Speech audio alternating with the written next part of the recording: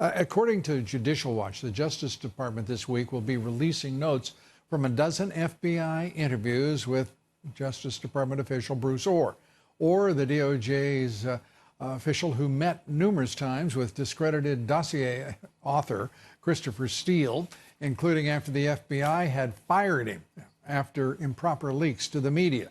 Judicial Watch has been fighting for release of the so-called 302's interview notes since September of last year. Joining us now, Tom Fitton, the president of Judicial Watch. Tom, it is great to have you with us.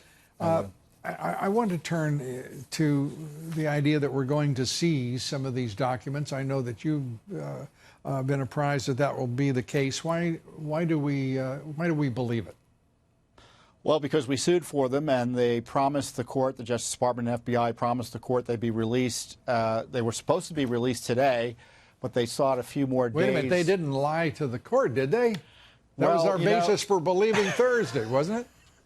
Well, their promise was broken today in the interest of further transparency, they tell us. And I am told reliably that it's not the first time they've ever broken a promise to Judicial Watch. Well, that's true.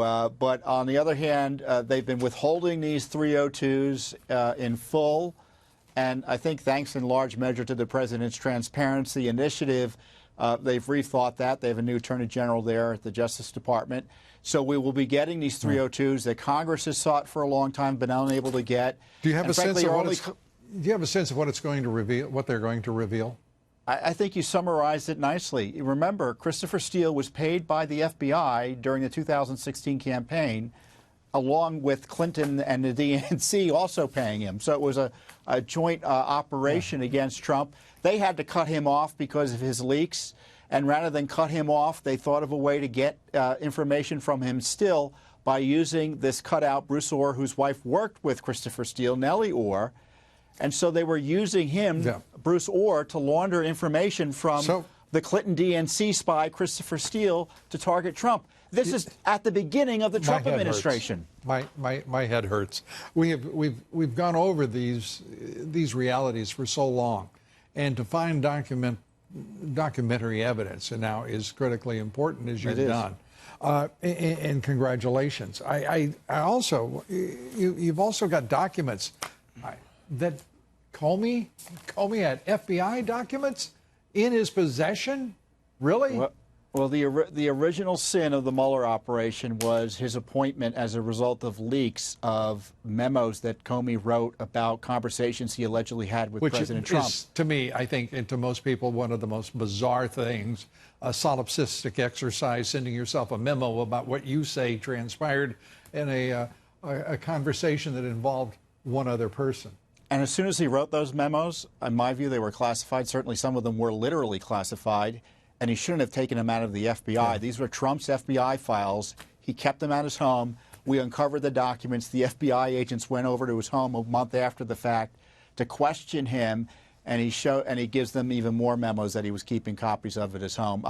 Really shows you that this man was willing to break any rule in the book to target Trump, and it helps explain his motives and in terms of the illegal spying the FBI committed against then-candidate Trump. So we're told, though, that Attorney General Barr is not going to prosecute, that this is skinny stuff, I guess, is perhaps not the legal expression for it. But, I mean, is Comey going to get another pass here? Are Brennan and Clapper, by the way, Clapper was clapping, if you will, as soon as he found out Comey was not being prosecuted. Are those three desperados, are they really going to get off after what they did to the President of the United States and the American people? Well, Comey admits to leaking documents he shouldn't have leaked. I don't understand why they let him off there, and it doesn't augur well that more complex prosecutions will occur. I don't understand what the Attorney General's thinking is here. Well, all hell will break loose, in my opinion. But criminal victimization of President Trump led to the creation of the Mueller investigation. This was, I'd say, one of the core issues behind the Mueller corruption and Comey's abuse of power. You're preaching to the choir here, Tom. I think every one of these people should be prosecuted. They're given their day in court. We'll presume they're innocent, but by God, we ought to find out if they're guilty, and if so, there should be consequences. Don't you agree? I agree, and the IG report presumably will be released soon. There you have this unprecedented referral by the IG reportedly for criminal prosecution of the former FBI director. The DOJ takes a pass. That's disheartening, to put it charitably. I think we'll leave it with your charitable characterization of it rather than my own. Tom, thanks so much. Tom Fitton, welcome. Judicial Watch.